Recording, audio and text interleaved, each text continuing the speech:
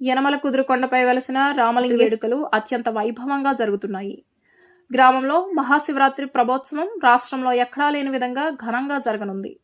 ఒకేసారి దాదాపు 60 ప్రభలతో గిరి ప్రదక్షిణ నిర్వహించనున్నారు.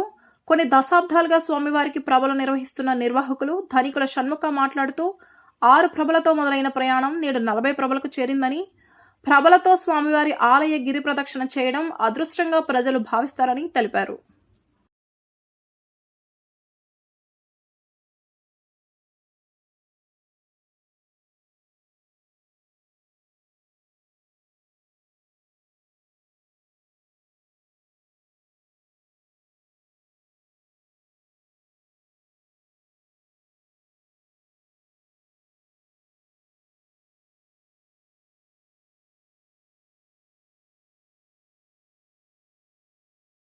నా పేరు ధనేకుల షణ్ముఖరావు అండి.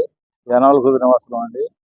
గత ఎప్పుడు మాకు చిన్నప్పటి నుంచి ప్రబల అలవాటు ఉందండి. ఈ ఊరికి శివపార్వతి కళ్యాణం అనేది మాకు తెలియదండి. ఇప్పటి నుంచి కదా వెనక నుంచి జరుగుతూ ఉందండి.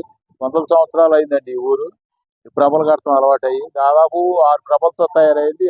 40 ప్రభలకు వెళ్ళిందండి. ఊరు పెరిగింది, ప్రభలు పెరిగింది, ఉత్సవాలు పెరిగింది, బాగా జరిగిందండి.